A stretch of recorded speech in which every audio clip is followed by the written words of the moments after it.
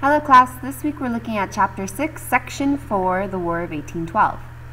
Now, when we're looking at this week, we're looking at the events that lead up to the War of 1812, okay, and we're also looking at the war in general. Now, this war is fought between, you name it, the Americans and the British. So, just like the Revolutionary War, we have another war of the British fighting against Americans. So this chapter starts off with, we have another election. Now, so far we have had 3 presidents. First, it was Washington, then we had John Adams, the Federalist, then we have Jefferson. Now Jefferson, he's very popular. The reason why Jefferson is so popular and is easily re-elected is because of the Louisiana Purchase. Now we looked at the Louisiana Purchase last week. It was that extra amount of land that was purchased that allows many Americans to start moving more west. But there's a new sort of battle that's starting to happen, and this battle is between the British and the French. Now many of you might ask, why are we studying a fight between British and France? Well, the reason is that Britain and France start fighting over trade. And what Britain decides to do is that they are going to block all trade from French and American ships leaving any British ports. What this means is that any ship that is entered into a British port around the world is going to be blocked from going out. The British end up capturing a lot of American ships along with French ships. This is called a blockade. This ends up making Americans very mad. Now the French are doing this too. So many of you might ask, why aren't the Americans getting angry at the French? The reason why Americans stay angry at British during this time is because the British are using this thing called impressments. So as we can see, the British, they do a blockade or a seal of all French ports.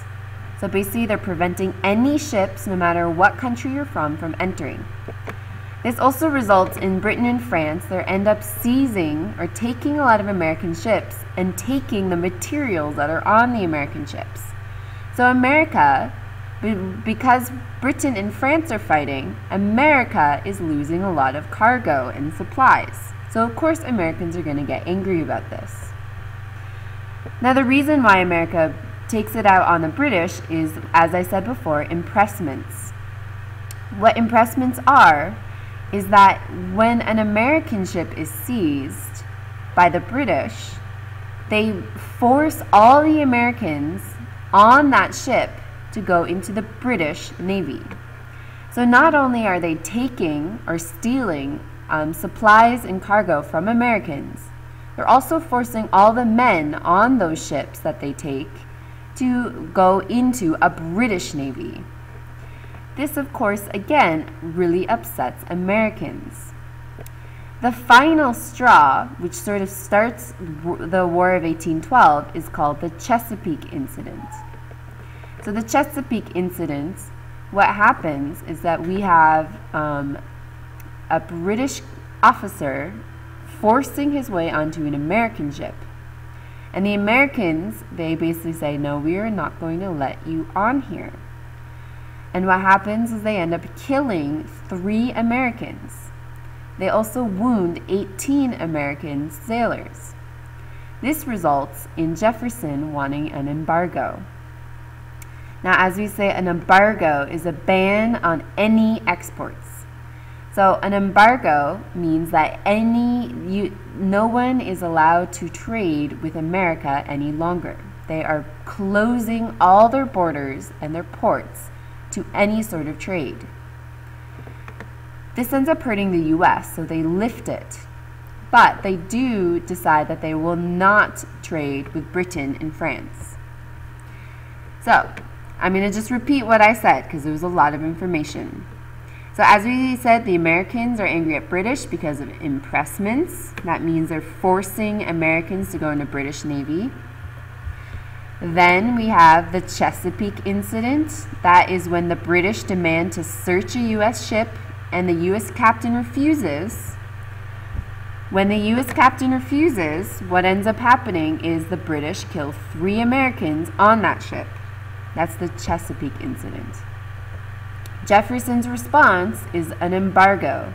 That means that Americans would no longer trade with any European country.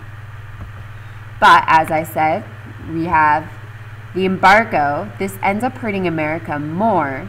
So they lift the embargo, they stop it. But Americans are still not trading with England. This is the causes of the War of 1812. So we're starting to have some sort of frustration with the British taking American ships and taking Americans to be a part of their navy. We also have another rebellion with Native American chiefs. This is much like the rebellion of Little Turtle in the Miami Confederacy that we looked at last week. So if we're looking at the key figures, we have William Henry Harrison.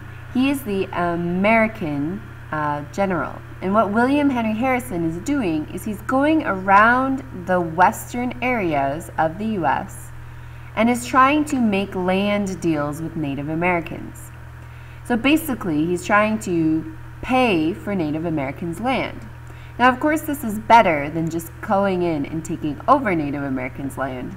So this is somewhat of an improvement.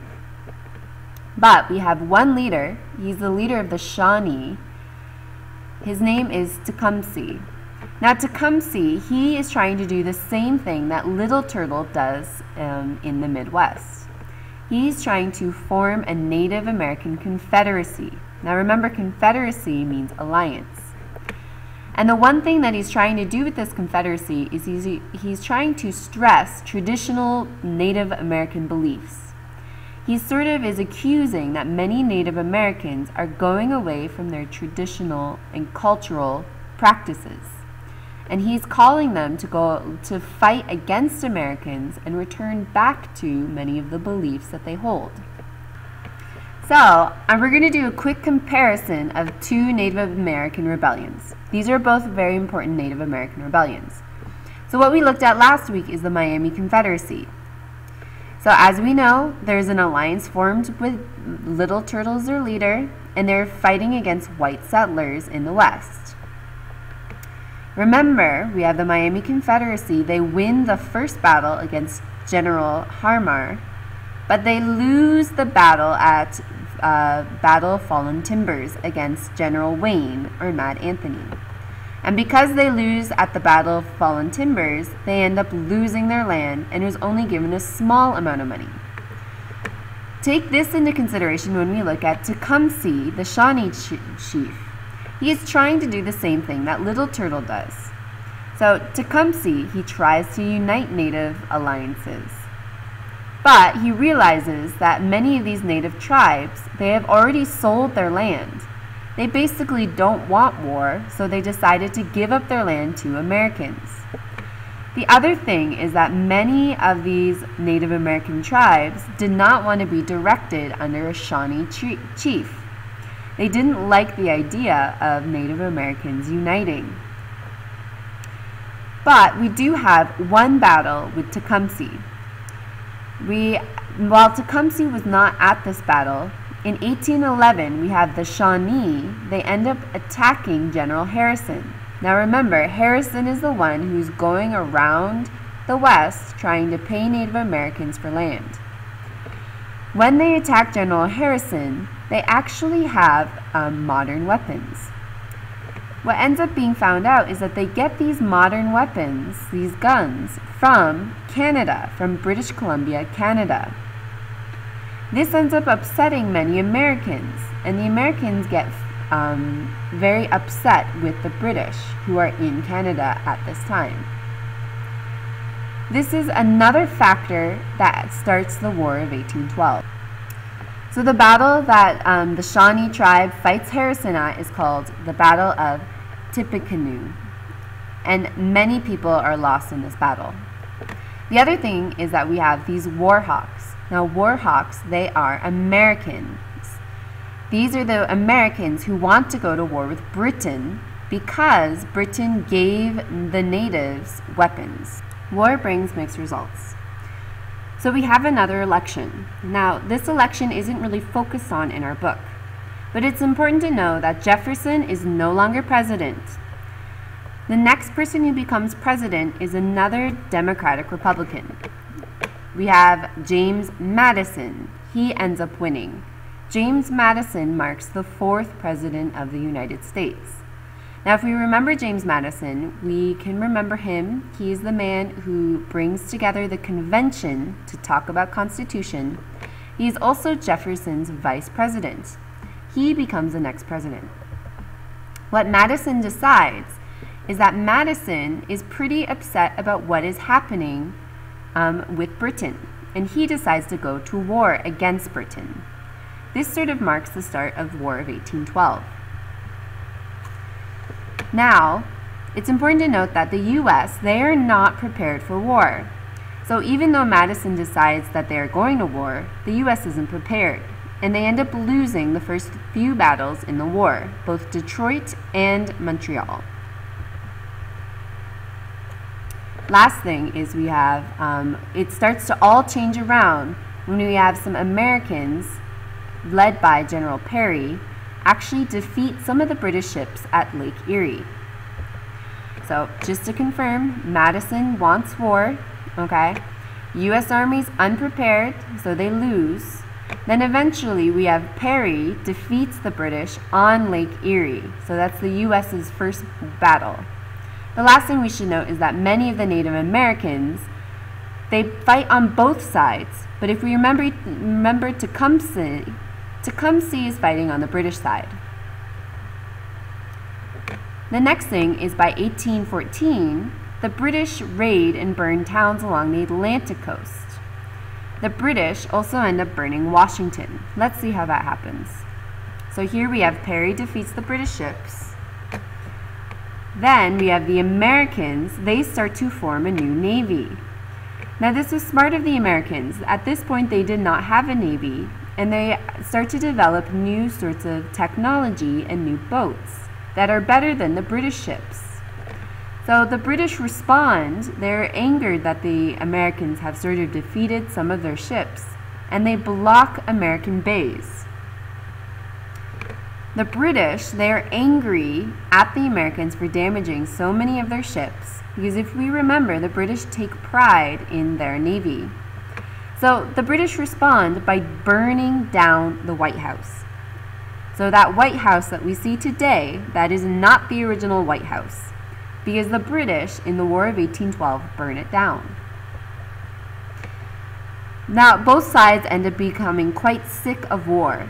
So this war only lasts about 2 years. It ends in 1814 and ends with the Treaty of Ghent. And it is signed and it declares an end to fighting. An end to fighting is called an armistice. So again, after the war has already ended, we have one more battle. Andrew Jackson ends up fighting Native Americans and some British at Horseshoe Bend. Now this is important because this is one of the most biggest battles in War of 1812, yet they had already signed a peace treaty, okay? So Treaty of Ghent.